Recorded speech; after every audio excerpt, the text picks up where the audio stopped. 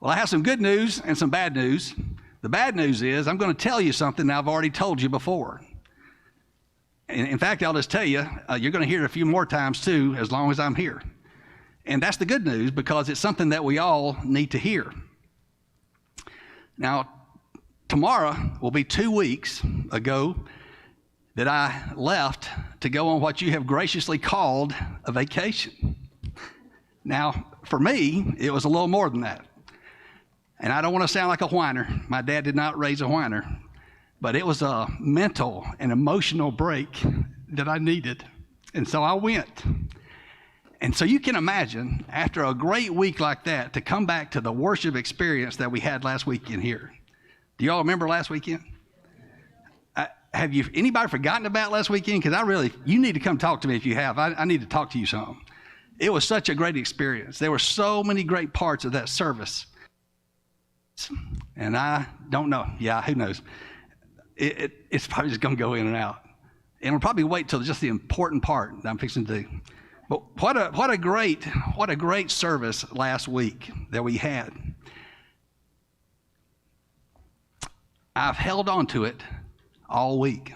I have lived off of Sunday all week. And I'm not bragging, because that's not a really good thing to do. You have to move forward. You have stuff to do every day. For example, I had to get ready for this sermon today. But I was just hanging out there last Sunday, just hanging out all week. Had to get a Sunday school lesson ready. But I was just hanging out, just hanging on to it.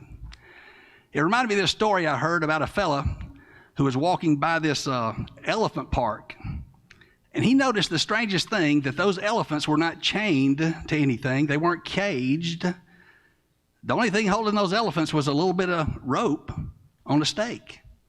And he just, for the life of him, could not figure out why those elephants didn't just pick their feet up and walk off. I mean, they're huge and they're strong, and he knew they could. And so he asked one of the animal trainers why they just stand there. And the animal trainer explained to them that the reason is because that whenever they're young, when they're small, that is the exact size rope they use to bind them. And because elephants have such great memories, they know that they can't get away from that rope. And so they just stand there, and they don't try to let themselves free. And the point is that they hold on to their past. And so the whole point of last week was what? You remember? New Sunday school year, new church year. And so what's now time to what? Move forward. And so that's what we're going to do, is try and move forward. And I'm just going to have to get over the past of last week and move on.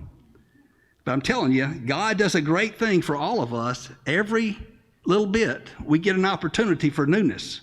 We get an opportunity to begin again. And that is a reminder that we have before us. So in order to talk about the concept of moving forward, I want to use this story about Jacob. You just heard it read by Terry Cowan. And I want us to consider the famous fight that happened in the middle of the night.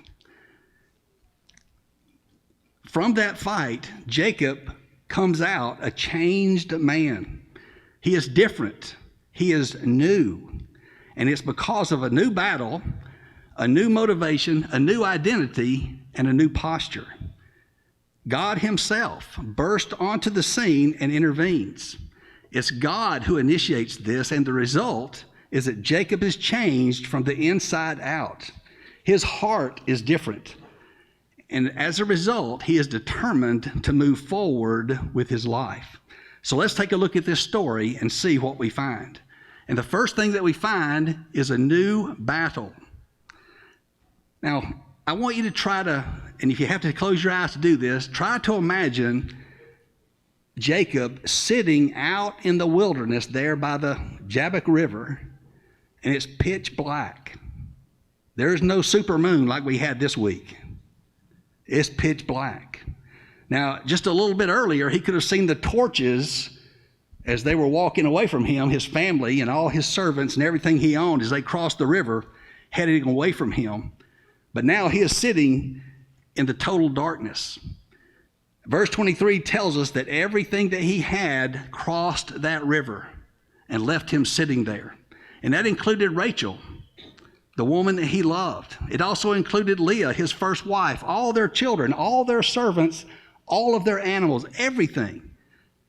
He was by himself in the darkness. Now, you remember the story. He'd already left Laban's, that's Rachel and Leah's father. He'd already left Laban's, and he is now headed home. Jacob is literally the prodigal son that Jesus talked about in his parable. The prodigal son is headed home. He knows there's going to be a reunion very quickly with his brother Esau. You remember Esau, his brother whom he cheated, stole his money and his inheritance and his blessing. And Esau pledged that day to kill Jacob. And now Jacob sits in the darkness, and he's sitting there and he's contemplating what is to come. And he realizes that he's never dealt with his past. Esau, his brother, who has vowed to kill him, is on the way to see him with 400 men. In my Bible, in verse 7, it says that Jacob was terrified. And I think that I would be terrified too. Jacob is between that proverbial rock and a hard place that we talk about. You ever found yourself there? Between a rock and a hard place? Yeah, I have too. And in verses 9 through 11, we see Jacob do something we've never seen him do before. He prays. He prays the most desperate prayer of his life. And by the way, you can check this out. It's also the longest prayer in Genesis. It's the longest prayer in Genesis. But his words show us something.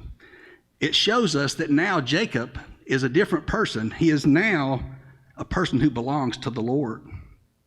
And so Scripture tells us that he sends gift after gift after gift in an attempt to try to soften his brother's heart, who he knows is coming. And tomorrow for Jacob is the day of crisis. It is the climax of his life.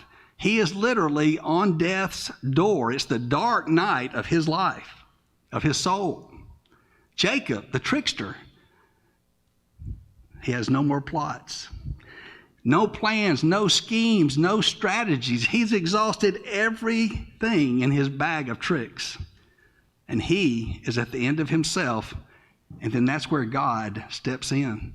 Now, we don't get an introduction to this. We have no way to know it's coming or it's about to happen. All of a sudden, this man comes out of nowhere and battles Jacob all night. This is a battle for Jacob's life. And according to verse 28 and verses 30, it's not just a normal battle. This is a battle with God. He is fighting with God. He is wrestling with God. It's a picture of Jacob's entire life.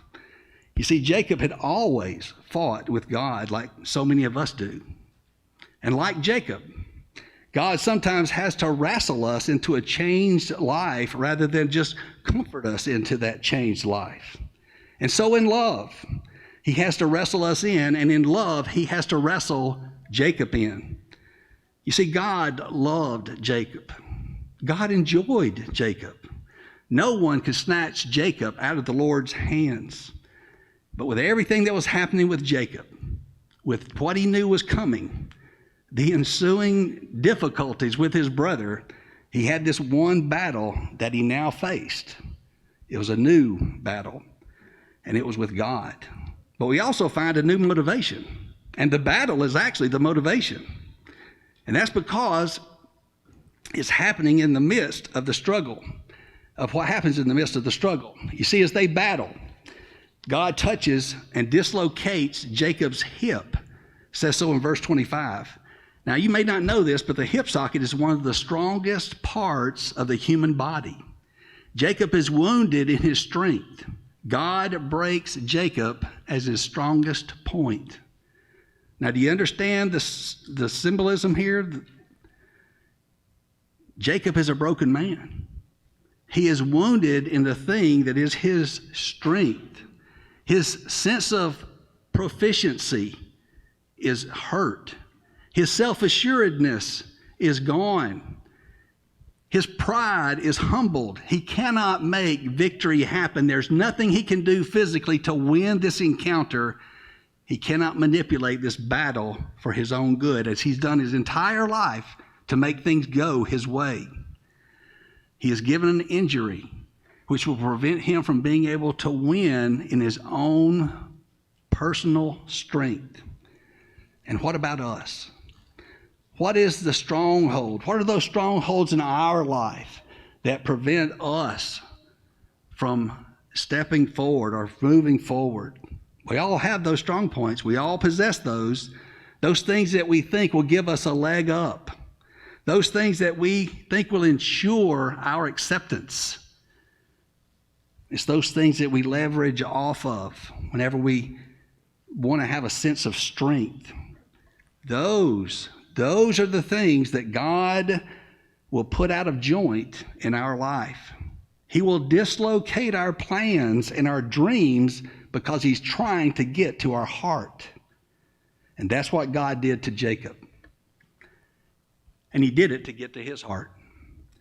The way to our heart is by the dislocation of something that we think makes us strong. And God does it to draw him in. And for the first time, Jacob finds himself in a place where he's never been before.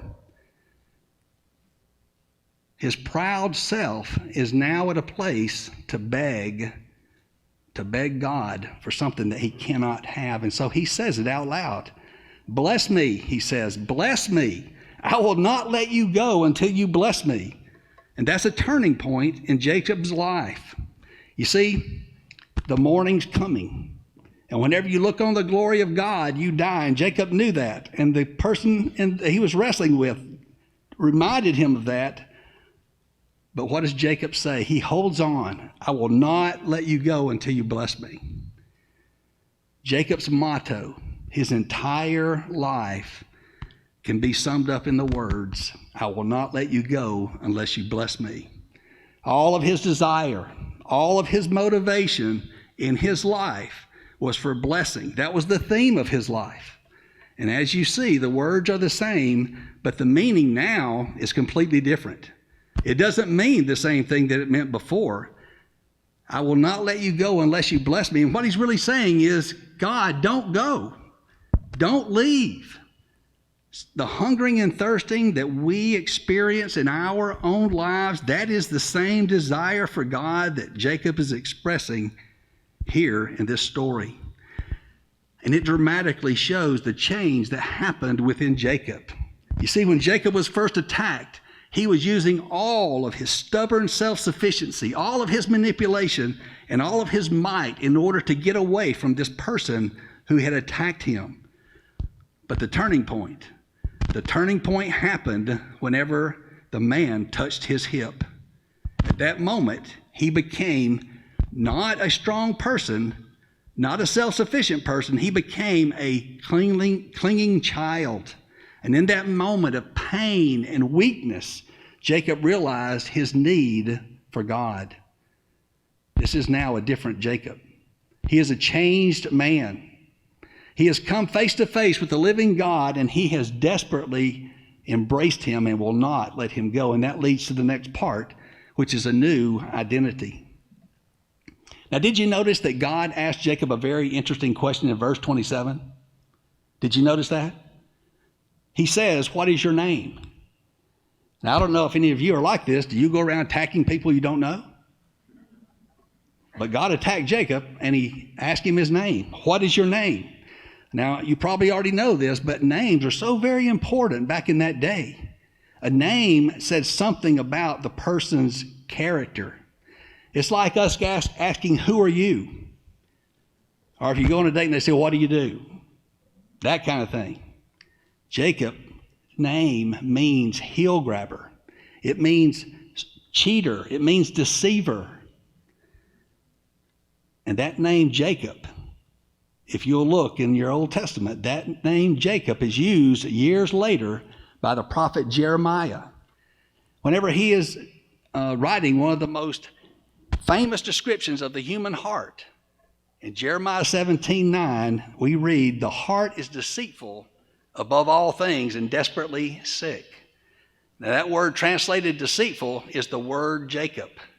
And so you can literally read Jeremiah 17:9 as the heart is Jacob and desperately sick. But his name also is a confession.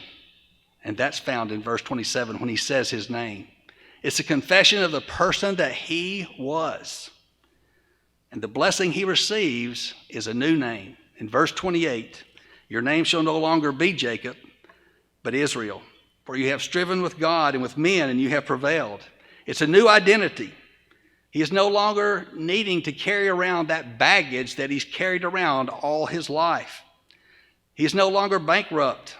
His shame and his past, they are gone. He has a new identity.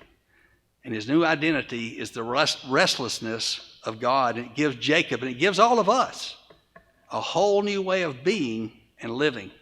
But there's one more part, and that's a new posture. Now, verse 31 is the final scene of our story. The sun was rising as Jacob left Peniel and was limping because of the injury to his hip. Now, one commentator called this injury the wound of grace. Another commentator described it as a posture of a changed man. And still another commentator said it was the posture of the Christian life, limping the walk of those healed by the work of God. But the point is this: no matter what has happened to us in the past, no matter what hurt or pain we have experienced for whatever reason, God had used them to humble us and to give us an awareness of our weakness and our need for his strength. It is possible that it has changed our posture as well. But this morning, we're talking about moving forward. So it doesn't matter if we're holding on to something glorious like I did all week on that service that we had last Sunday, or something painful like rejection or deception that we've experienced in our life. Maybe you've always loved your faith or based your faith and love of God on a person that you dearly love, and that has prevented you from moving past that point because that person is no longer here. Maybe you feel jilted because you desperately want to hear from God because you have this thing that's burdening you so badly. You just want to hear from God. What do I do? Today is the day to stop living in our own strength. Today is the day to trust God and to move forward. It doesn't matter, good or bad. To move forward, we have to have faith in God and place our faith in God and our trust in him and take those steps. Steps of uncertainty. We don't know where we're going. But we can do as Jacob did. We can set our minds to moving forward. We can do that.